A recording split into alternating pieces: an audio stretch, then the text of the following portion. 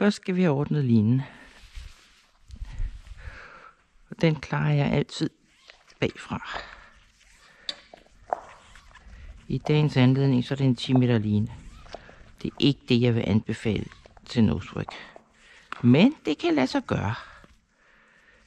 Så har jeg en slip.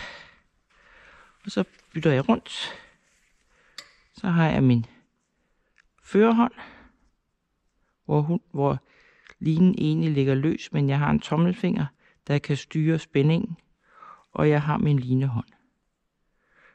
Og så skal jeg øve mig i at holde den her line slæk.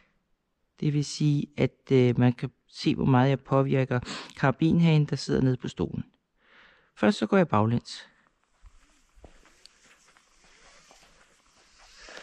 Og I kan se, at nu ramte den lige jorden, det må den ikke. Så skal vi have lidt mere spænding på. Og så samler vi den sammen. Nu ramte den jorden igen.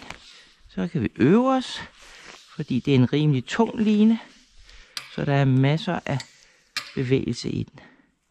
Det er grundøvelsen. At være i stand til at få line ud.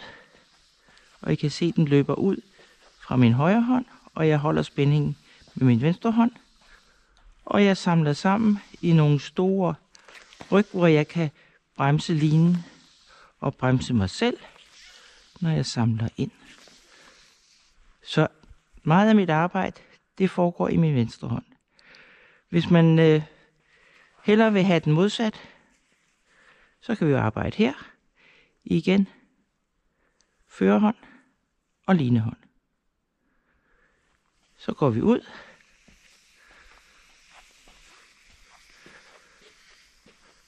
Og så går vi ind. Og igen store lykker. Og læg mærke til, at jeg er i stand til at holde linen over jorden. Det er grundøvelsen. Og det kan man arbejde på meget længe. Og man kan altid lige genopfriske det. Sådan så man får følelsen af sin egen line. Og hvis man vil udfordre sig selv, så tager man sådan en 10 meter line, som jeg har taget i dag.